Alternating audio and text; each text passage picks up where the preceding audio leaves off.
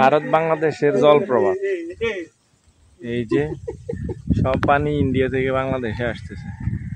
আমরা এখন আছি ভারত বাংলাদেশ জলপ্রপাতে। এখন ইন্ডিয়াতে আছি, তো আস্তে আস্তে ইন্ডিয়া যাচ্ছি।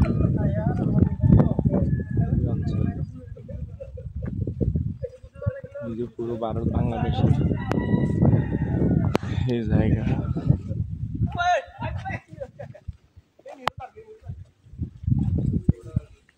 আরে মেয়ে আমনে ভয় ফেলে বনি দিকে। আসসালামু আলাইকুম। খালাম্মা ভালো আছেন নিগো? খালাম্মার বাড়ি কই? ভারতে নাই, বাংলাদেশে। ও ভালো আছেন না? একটু হাঁটতে পারবো না এদিকে? একটু যাই কেন?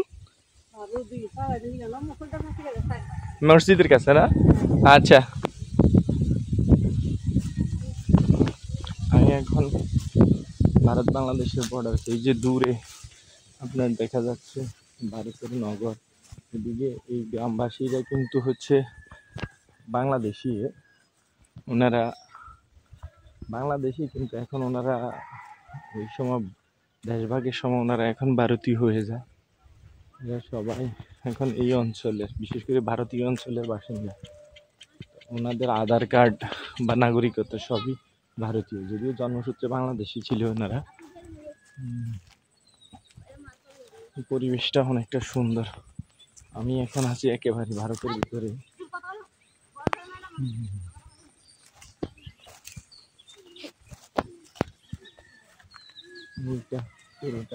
ওই যে কাঁটাটা দেখা যাচ্ছে।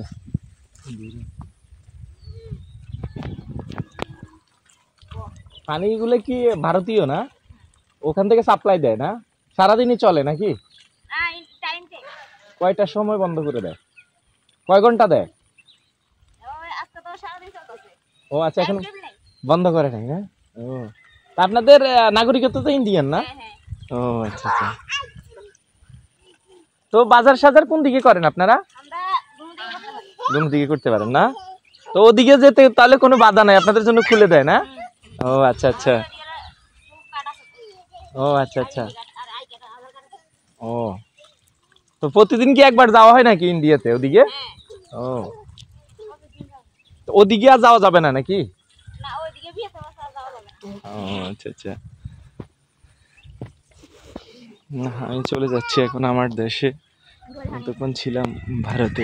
জায়গাগুলো কিন্তু অনেকটা সুন্দর। ওদিকে মা শিশুকে গোসল করাচ্ছে, উনি কিন্তু ইন্ডিয়ান। যে দূরে ভারতের শহর দেখা যাচ্ছে। আমি আস্তে আস্তে এখন চলে যাচ্ছি ইন্ডিয়াতে, বাংলাদেশে চলে যাচ্ছি। কিন্তু একটু ভয় আছে এখানে, কেননা ওর পাশে বাংলাদেশের বিডিআর, বিশেষ করে এখন নাম হচ্ছে বিজিবি, আর ওদিকে ভারতীয় বিএসএফ। আসলে একটু সমস্যা হতে পারে। হ্যাঁ, আমি চলে যাচ্ছি যেন কোনো সমস্যায় পড়তে না হয়, যেহেতু আমার ভারতের কোনো ভিসা নেই আমার কাছে, হয়তো ওনারা ধরতে পারে।